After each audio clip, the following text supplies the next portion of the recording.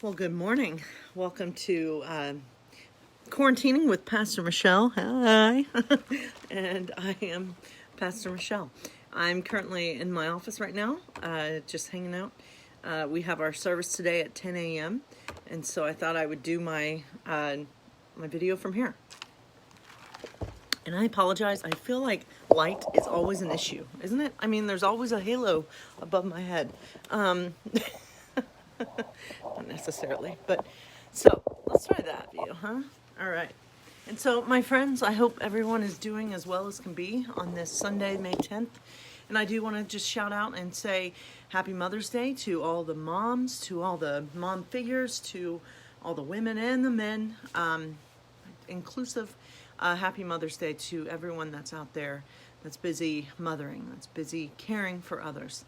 And so, either you're I don't know where I was going with that, but happy Mother's Day to everyone. I hope you all have a good day. I wanted to start with some reflections from this book. And so here we go. And there are days when Haven is the long, slow creep of light into the sky, and you feel the world around you shrug itself into wakefulness, and within you comes a glow like you see at the rim of the sky above the trees. This rising up, this elevating of your spirit, your humanity to creation one more time, and you surrender yourself to that crucial joining like you would to a current, bobbing and drifting, born again into the realm of possibility hidden just beneath the surface of this ordinary day, its tidal muscle relentless until you open your eyes and walk into it, connected once again to who you are and who you can become. Like most of us do, I spent a lot of time trying to compress things into a context I could accept. That was hard work, and it meant that I was alone most of the time. Nowadays, I figure life is pretty simple. Creator is everywhere, and divine light shines through everything and everyone all the time. My work is to look for that light. In those fleeting, glorious instances when I see it, I am made more right then and right there. Today, once again, I surrender my gift to Creator and ask that it be directed, channeled through me. Every word, phrase, sentence, guided by her intention. Then I sit and write and watch the great mystery expelled upon the page. This marvelous gift has become my life by virtue of my always remembering where it comes from and claiming only the discipline, dedication, sacrifice, and commitment as my own. All else is Creator's. If art is not spiritual, it suffers from our human limitations. So let us pray. Our Father and Mother who art in heaven, hallowed be thy name. Thy kingdom come, thy will be done on earth as it is in heaven. Give us this day our daily bread, and forgive us our debts as we forgive our debtors. And lead us not into temptation, but deliver us from evil. For thine is the kingdom, and the power, and the glory forever. Amen. All right, and so let's continue on with Charlotte's Web, shall we? All right. The crickets sang in the grasses. They sang the song of summer's ending, a sad, monotonous song. Summer is over and gone, they sang, over and gone. Summer is dying. The crickets felt it was their duty to warn everybody that summertime cannot last forever, even on the most beautiful days in the whole year, the days when summer is changing into fall. The crickets spread the rumor of sadness and change. Everybody heard the song of the crickets. Avery and Fern Arable heard it as they walked the dusty road. They knew that school would soon begin again. The young geese heard it and knew that they would never be little goslings again. Charlotte heard it and knew that she hadn't much time left. Mrs. Zuckerman, at work in the kitchen, heard the crickets, and a sadness came over her too. Another summer gone. Lurvy, at work building a crate for Wilbur, heard the song and knew it was time to dig potatoes. Summer is over and gone, repeated the crickets. How many nights till frost? Goodbye, summer, goodbye. The sheep heard the crickets, and they felt so uneasy they broke a hole in the pasture fence and wandered up into the field across the road. The gander discovered the hole and led his family through, and they walked to the orchard and ate the apples that were laying on the ground.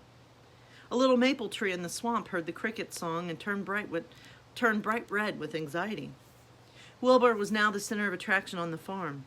Good food and regular hours were showing results. Wilbur was a pig any man would be proud of. One day, more than 100 people came to stand at his yard and admire him. Charlotte had written the word radiant, and Wilbur really looked radiant as he stood in the golden sunlight. Ever since the spider had befriended him, he had done his best to live up to his reputation. When Charlotte's Web said, "Some pig," Wilbur had tried to look like some pig. When Charlotte's web said terrific, Wilbur had tried to look terrific. And now that the web said radiant, he did everything possible to make himself glow. It is not easy to look radiant, but Wilbur threw himself into it with a will. He would turn his head slightly and blink his long eyelashes, then he would breathe deeply. And when his audience grew bored, he would spring into the air and do a backflip with a half twist. At this, the crowd would yell and cheer. "How's that for a pig?" Mr. Zuckerman would ask, well pleased with himself. "That pig is radiant." Some of Wilbur's friends in the barn worried for fear all this attention would go to his head and make him stuck up. But it never did. Wilbur was modest. Fame did not spoil him. He was still worried some about the future, as he could hardly believe that a mere spider would be able to save his life. Sometimes at night he would have a bad dream. He would dream that men were coming to get him with knives and guns, but that was only a dream.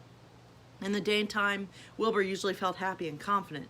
No pig had truer friends, and he realized that friendship is one of the most satisfying things in the world. Even the song of the crickets did not make Wilbur too sad. He knew it was almost time for the county fair. He was looking forward to the trip.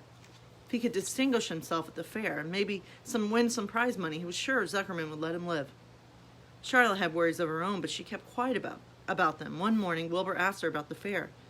"You're going with me, aren't you, Charlotte?" he asked. "Well, I don't know. The fair comes at a bad time for me. I shall find it inconvenient to leave home, even for a few days." "Why?" said Wilbur. "Oh, I just don't feel like leaving my web. Too much going on around here." "Please come with me. I need you, Charlotte. I can't stand going to the fair without you. You've just got to come." "No, I believe I better stay home and see if I can't get some work done." "What kind of work?" "Egg laying. It's time I made an egg sack and filled it with eggs." "I didn't know you could lay eggs," said Wilbur in amazement. "Oh, sure, I'm versatile." "What does versatile mean? Full of eggs?" "Certainly not. Versatile means I can turn with ease from one thing to another. It means I don't have to limit my activities to spinning and trapping and stunts like that." "Why don't you come with me to the fairgrounds and lay your eggs there?" pleaded Wilbur. "It would be a wonderful fun." Charlotte gave her web a twitch and moodily watched it sway. "I'm afraid not," she said. "You don't know the first thing about egg laying, Wilbur. I can't arrange my family duties to suit the management of the county fair. When I get ready to lay eggs, I have to lay eggs, fair or no fair. However, I don't want you to worry about it. You might lose weight. We'll leave it this way. I'll come to the fair if I possibly can." "Oh, good. I know you wouldn't forsake me just when I need you most." All that day, Wilbur stayed inside, taking life easy in the straw. Charlotte rested and ate a grasshopper. She knew that she couldn't help Wilbur much longer. In a few days, she would have to drop everything and build the beautiful little sack that would hold her eggs. And so that concludes this section of Charlotte's Web. And my friends, I pray you have a wonderful Sunday. And for all the mothers and mother figures and parent figures and guardians and just for everyone out there, happy Mother's Day. God bless you all.